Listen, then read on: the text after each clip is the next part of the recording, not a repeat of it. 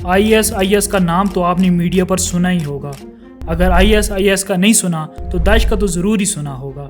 ISIS کا پورا مطلب ہے Islamic state of Iraq and Syria. اسی ISIS کو داعش کے نام سے بھی پکارا جاتا ہے. داعش یعنی ISIS کب اور کیسے وجود میں آئی اور اس تنظیم کا اصل مقصد کیا تھا وہ آج آپ کے سامنے ہم رکھیں گے. داعش کے وجود میں آنے کو سمجھنے کے لیے ہمیں ذرا تاریخ میں جانا ہوگا. 1979 میں سوویت یونین نے افغانستان پر حملہ کر دیا تھا. یہ جنگ سوویت یونین اور افغان مجاہدین کے درمیان 10 سال تک چلتی رہی. اس وقت افغان مجاہدین کو امریکہ پوری طرح سپورٹ کر رہا تھا. یہ جنگ سوویت یونین کو بہت مہنگی پڑی تھی جس کے نتیجے میں وہ 1979 میں اس جنگ سے پیچھے ہٹ گئے. سوویت یونین نے اس دہانے پر آ کر یہ جنگ ختم کی جس وقت سوویت یونین خود بھی پارا پارا ہو چکی تھی اور افغانستان بدامنی کے دہانے پر کھڑا تھا.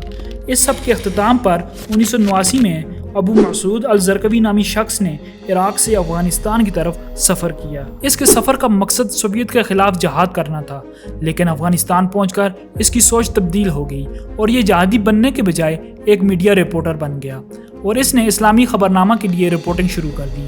اس رپورٹنگ کے نتیجے میں اس کے ویوز زیادہ سے زیادہ ریڈیکل ہوتے گئے. 1992 میں اسے بندوقیں اور دھماکہ خیز مواد رکھنے کے جرم میں جیل بھیج دیا گیا. 1999 میں رہا ہونے کے بعد اس نے ایک گروپ تشکیل دیا جس کا نام تھا جماعت التوحید والجہاد. یہ گروپ وقت کے ساتھ ساتھ ISIS کی شکل اختیار کر گیا. افغانستان پر امریکی حملے کے بعد زرقوی اور JTJ عراق چلے گئے. زرقوی کی مغرب مخالف بیان بازی اسامہ بن لادن کی عکاسی کرتی ہے. زرقوی عراق کے شیعہ آبادی کو بھی ختم کرنا چاہتا تھا.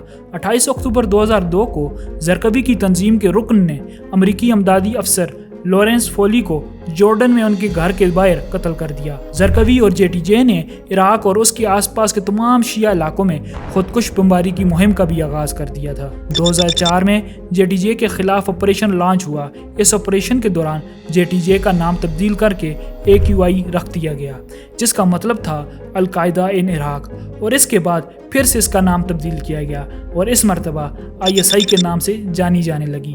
وہ ISI نہیں جس کا آپ سمجھ رہے ہیں. اس ISI کا مطلب تھا اسلامک اسٹیٹ آف عراق، اور اس کے بعد بھی کئی سال تک ان کے خلاف آپریشن جاری رہا. 2006 میں امریکی فضائیہ کے 2 جنگی طیاروں نے زرقوی کے سیف ہاؤس پر بم گرائے جس کے نتیجے میں زرقوی مارا گیا.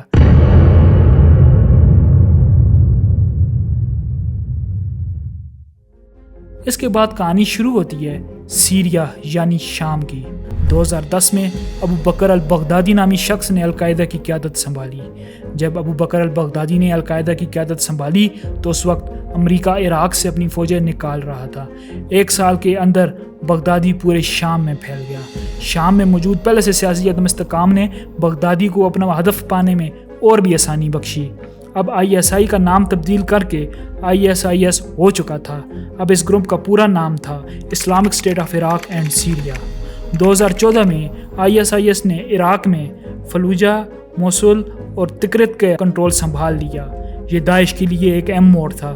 یہ پہلا ایسا موقع تھا جہاں داعش نے خودکش بمباروں کو مرنے کے لیے بھیجنے کے بجائے علاقے میں قبضہ کر لیا اور ان علاقوں کا پورا کنٹرول بھی سنبھال لیا. بغدادی نے ان علاقوں کو ایک اسلامی ریاست کا نام دیا اور خود کو خلیفہ ڈکلیئر کر دیا. مشرق وسطیٰ میں امریکہ کی قیادت میں ایک اتحاد بنایا گیا.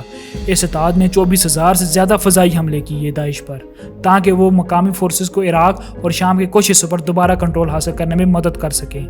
اپریل 2017 میں امریکی فوج نے افغانستان میں داعش کے ایک کمپاؤنڈ پر اپنا سب سے طاقتور غیر جوہری بم گرایا. جولائی 2017 میں عراقی فورسز نے کامیابی کے ساتھ موصل شہر سے داعش کو نکال باہر کیا، لیکن شہر کو آزاد کرانے کی لڑائی میں 9,000 سے زیادہ شہری مارے گئے. داعش مڈل ایسٹ میں مذہبی اور سیاسی بدامنی کی پیچیدگیوں سے ایک بڑے دہشت گرد گروہ کے طور پر کھڑا ہوا.